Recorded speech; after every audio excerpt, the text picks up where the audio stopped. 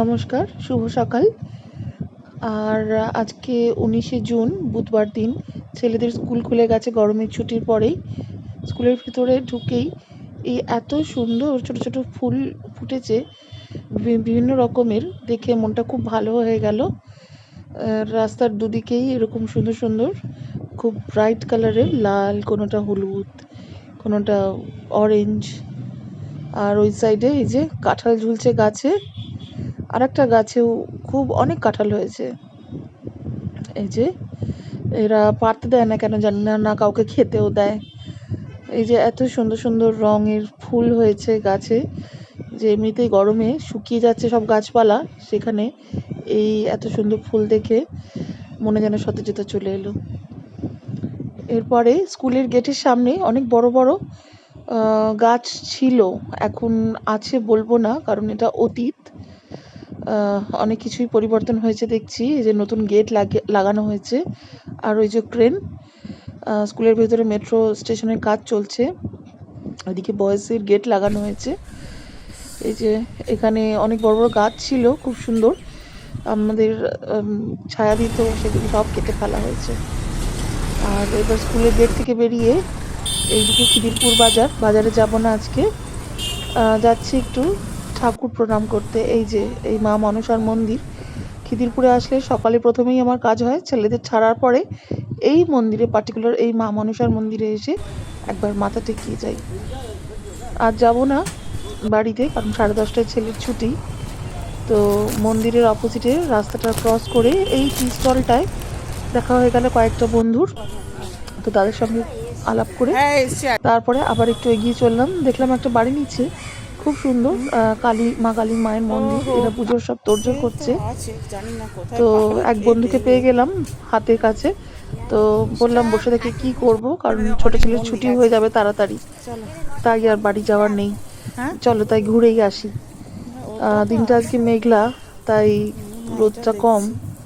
আর এইখানে একটা মন্দির, একটা প্রাইভেট মন্দির, যদিও বন্ধ। আর এই মাঠটা খিদিরপুরের 75 পল্লী, আর তার সামনেই রয়েছে এই যে খিদিরপুর হরিসভা মঠ।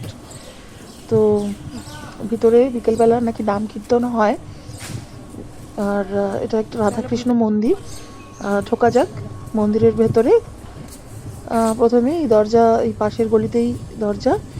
আর এই যে দেখা যাচ্ছে প্রথমে ঢুকেই শিব ঠাকুরের মন্দির, শিবলিঙ্গ রয়েছে। আর এখানে দুজন ছিলেন, ওনারা জল ঢালছিলেন শিব ঠাকুরের উপরে, যে সকালবেলা পুজো করতে এসেছেন, এবং আমাকেও জিজ্ঞেস করলেন যে আমিও পুজো করবো নাকি, কিন্তু আজ তো পুজো করবো না, আজ শুধুই ঠাকুর দর্শন, অন্য আর একদিনের জন্য তোলা ঠাকুর পুজো।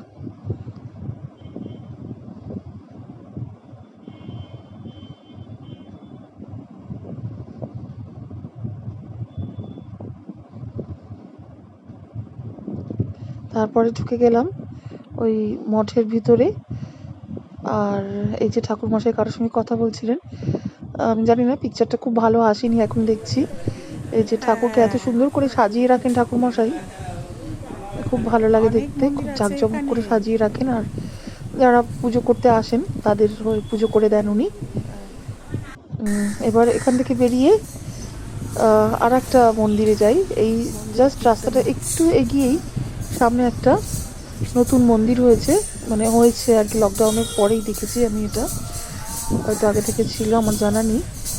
এই যে এখানে খুব সুন্দর নাম কীর্তন হচ্ছে, সাউন্ডটা আমি এখানে দিইনি যদিও, কিন্তু খুব সুন্দর গান বাজনা হচ্ছে।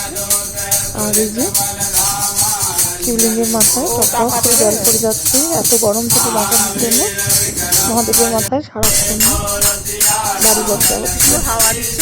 এখানে আসার পরে আমাদের প্রসাদে জুটে গেল।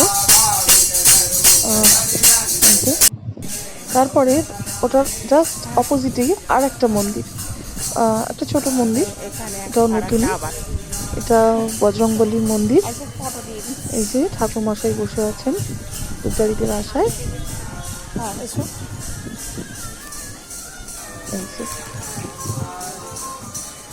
জয় শ্রীরাম লেখা আছে। এবার এখান থেকে এগিয়ে আর একটা মন্দির, এই যে জাস্ট নেক্সট ফুটে সামনের দিকে এগিয়ে এই মন্দিরটা, এটা অনেক পুরনো। এবার কত পুরনো এটা আমি জানি না যদিও, কিন্তু এটা বেশ পুরনো। আর তার সামনেই এই যে আবার এখানে শিবলিঙ্গ রয়েছে এবং ওনার মাথাতেও এখানে রাখা হয়েছে, জল পড়ছে। আর এই যে ভিতরে শ্রীকৃষ্ণ আর রাধা, আর পাশে এক শিবলিঙ্গ, ছোট একটি মন্দির। আর এই সামনেও যে মূর্তিটা রয়েছে এত সুন্দর করে সাজানো হয়েছে যে দেখে খুব ভালো লাগছে। এই যে কি সুন্দর চোখ টোক এঁকে দেওয়া হয়েছে, বা কিছু হয়তো আটকে দেওয়া হয়েছে চোখ দিয়ে। এবার এখান থেকে এই ডান দিকে চলে গেলাম, মেন রোডের দিকে যাচ্ছি, এগিয়ে যাচ্ছি। এখানে আর একটা মন্দির দেখলাম, এটা লোকনাথ বাবার মন্দির। এটা হয়তো কারো প্রাইভেট মন্দির, কোনো একটা বাড়ির নিচে রয়েছে। এটাকে ছাড়িয়ে আর একটু সামনের দিকে এগিয়ে এই যে আমি যেদিকে যাচ্ছি তার বাঁ দিকে রয়েছে ফ্যান্সি মার্কেট, আর ডান দিকে হাওড়ার দিকে যাচ্ছে। তো রাস্তাঘাট এখন ফাঁকা, কারণ সব দোকানপাট এখনো খোলেনি, এখন তো সকাল সকাল। আর জাস্ট দুদিন আগেই ঈদ গেল, তো আমার মনে হয় সেই জন্য আরও ফাঁকা ফাঁকা লাগছে, স্কুলও তাই। তো যাই হোক, আমি ডান দিকে চলে গেলাম, মানে এই যে খিদিরপুরের মোড়, খিদিরপুর বাস স্ট্যান্ড। তো এই এগিয়ে যাচ্ছি সামনের দিকে, এই দিকে সোজা চলে গেলে ছেলেদের স্কুল, কিন্তু আমি এখন স্কুলে যাব না কারণ স্কুলে ছুটি হয়নি। তো এগিয়ে যাচ্ছি আর একটু, এই যে এই মন্দিরে যাচ্ছি। এইটা পঞ্চানন্দ মন্দির, আমি কোনোদিন ঢুকিনি, আর সামনে দিয়ে অনেকবার গেছি। তো এই যে ভিতরে বলি মঞ্চ, এখানে নাকি এখনো বলি দেওয়া হয় যার যেমন মানসিক থাকে। আর ভিতরে এই যে একজন পুজো করছেন, পূজারি। আর ভিতরে এই যে পঞ্চানন্দ বাবা, ঠাকুরমশাই এখনো এসে পৌঁছায়নি। আর একটু পরে ঠাকুরমশাই এসেছিলেন, আমরা বসেছিলাম মন্দির দর্শনের পরে। কিন্তু খুব সুন্দর এই যে ভিতরটা।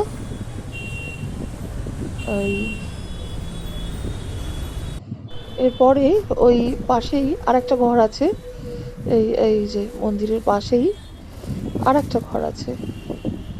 এইখানে এই যে দেবী মূর্তি বিরাজমান। এই যে আমি জানি না ভালো মতন ফটোটা এসছে নাকি, এই যে এইবার ঠিক এসছে। এইবার এর পাশেই, এই ঘরটার জাস্ট পাশেই আর একটা মন্দির আছে। এই যে এগিয়ে যাচ্ছি, এই যে মন্দিরের চূড়া।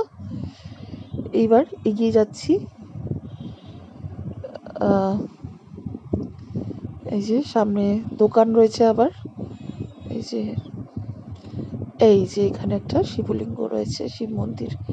অনেকেই আসছেন, এসে পুজো করে যাচ্ছেন, খুব সুন্দর।